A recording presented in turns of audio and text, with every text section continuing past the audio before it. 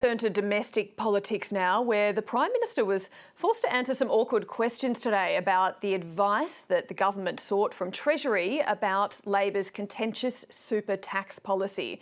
Treasury officials revealed yesterday that the Prime Minister and members of his office had met with the department to discuss the policy, which was announced 3 years ago, but doesn't yet have the support to get through Parliament. Now, Anthony Albanese insists there's nothing unusual about his request for advice from Treasury. We receive briefings on policy all the time, as you expect the Prime Minister's office to do. That's what we do.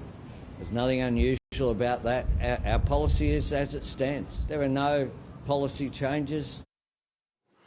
Crossbench MPs have been vocal about their concerns about the details of this super tax plan, particularly the taxation of unrealised gains, and because the $3 million threshold at which we're talking about for these tax concessions isn't indexed to inflation. For more, independent MP Kate Chaney joins me now from Perth. Kate, thanks very much for joining us on the program. Good to be here, Mel.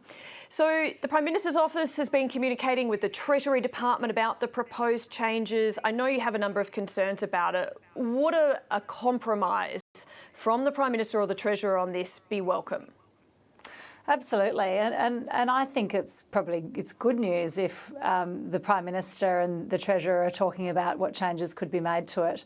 I have no problem with the principle behind the policy to limit tax concessions for really big super funds, but it just needs to be done in a way that's consistent with the principles of good tax policy. So if they're looking at other ways to do that, so that we're not taxing unrealised gains or preferably indexing that threshold, I think that'd be good news.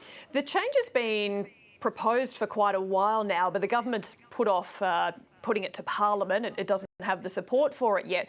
Are you pleased that they haven't tried to press it forward, or is the uncertainty of this being discussed and planned but not actually implemented, is that uncertainty a problem?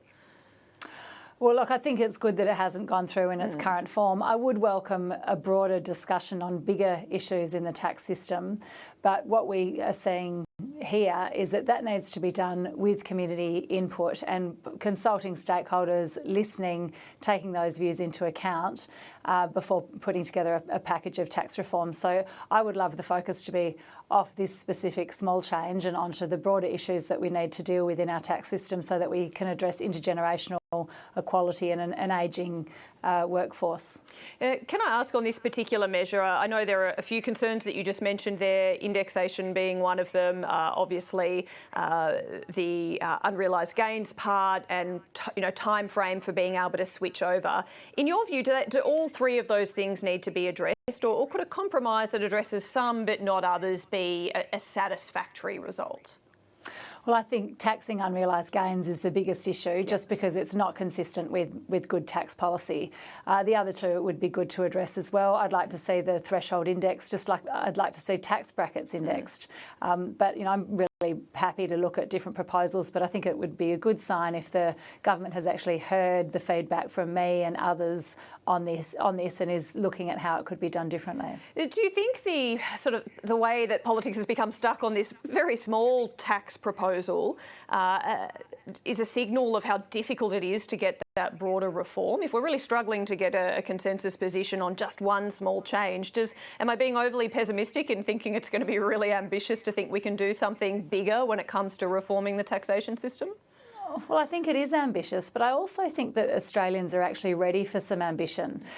People are seeing the challenges for young people in Australia now and recognise that they're not getting a fair go. So it takes time. It can't be done overnight. I think the fact that tax was raised at the Economic Reform Roundtable was a good first step. I spoke in the last Parliament 10 times about the need for tax reform, and it felt like nothing would ever happen.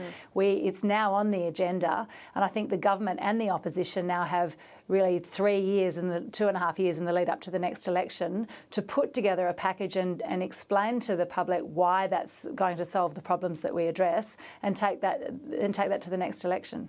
I want to ask you about another issue that's emerged today, and perhaps one that I'm not sure we saw coming, but David Pocock has been kicked out of the Parliamentary Sports Club after raising concerns about gambling lobbyists sponsoring it. I know this is something you're aware of, and we have had this issue of some of the sports lobbying companies sponsoring the Parliamentary Sports Club. But what do you make of this circumstance today where David Pocock's been kicked out?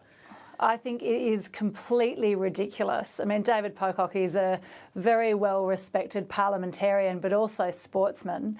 And if he gets kicked out when he just states the facts, it says a lot more, less about him and more about the powerful vested interests that are used to getting their way. This is a group that is on the lobbyist register, has an intention of being a lobbyist, says it acts for Responsible Wagering Australia, and now they're getting touchy about the fact that that's been put in the public. They prefer to work in the shadows, and I think it's a complete joke. Should the Parliamentary Sports Club have corporate sponsors? Should they have any corporate sponsors, or is it the nature of this being a gambling entity that's the problem? Well, I think most people who go along and play games in the mornings in Parliament don't want it to be a lobbying opportunity and would prefer that it's just about the sport. So there's probably an issue with sponsorship broadly. I think people are generally comfortable that it also exists to talk about the importance of sport in Australia.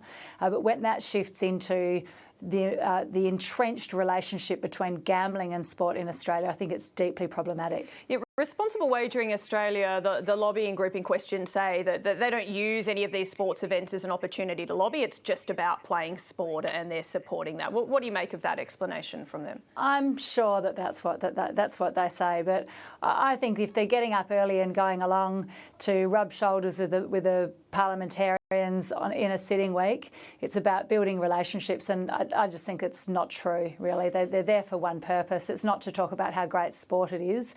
It's to do what their members want them to do, which is promote the interests of gambling companies.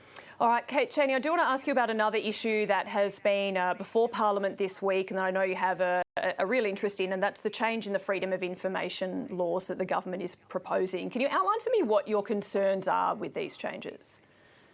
Yeah, well, I was really open-minded to this because the freedom of information framework does need improvement.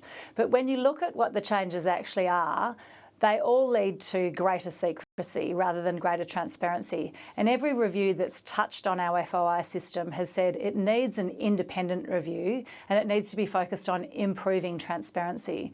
So the government has spoken to government agencies who are interested in, who have to do the work of FOI requests, but they haven't really engaged with anyone who has an interest in greater transparency. So it's completely one-sided. And that's why I'll be putting an amendment up saying it needs to go to an independent review. And that's why the crossbench, along with integrity organisations, judges, academics, all say this is not the way to do it. We're going to end up with less accountability and less transparency. And the coalition, if they're interested in doing their job and holding the government to account, they should be against these changes as well. And we'll see whether they are interested in doing that job or if they're thinking about their future interests and protecting their own secrecy should they end up in government again. Now, one of the provisions in this proposed change is to put a greater financial barrier in place to increase the fee that it costs to make an application, but it would bring it more in line with state and territories. Has that cost been a barrier to people seeking FOI information at a state and territory level?